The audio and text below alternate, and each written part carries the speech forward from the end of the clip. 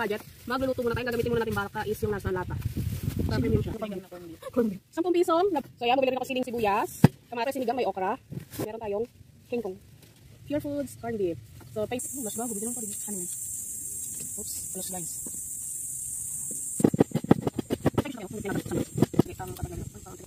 Tama kayo, hindi natin. Mabilis lang sinig.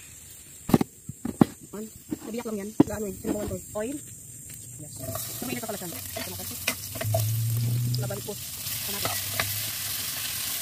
Kamain na na. Sabay-sabay na yan. Ay, gano'ng karami buhat. Sinig ang nabatha. Para pag tumulo, ma-absorb. Yan. Ulitin mo ito yung sa farm. Lumang isa panis. Di natuloy. Ito lang. Ibig sabihin, mandi hanggang ano sila. Ang buot. Sa harap, kahit walang baka. Mamatay na yung tajan guys. Hindi mo kailangan. Corn beef. Pure Foods yung ginamit ko. Ayan, iba-direct ko na siya. Hinuli ko siya. Siniga. Buo naman yan. Ayan, oh.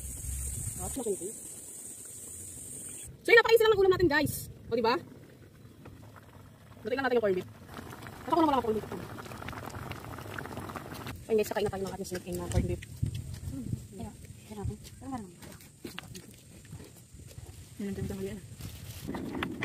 Ito na siya guys.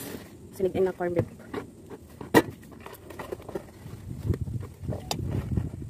Ito na siya guys.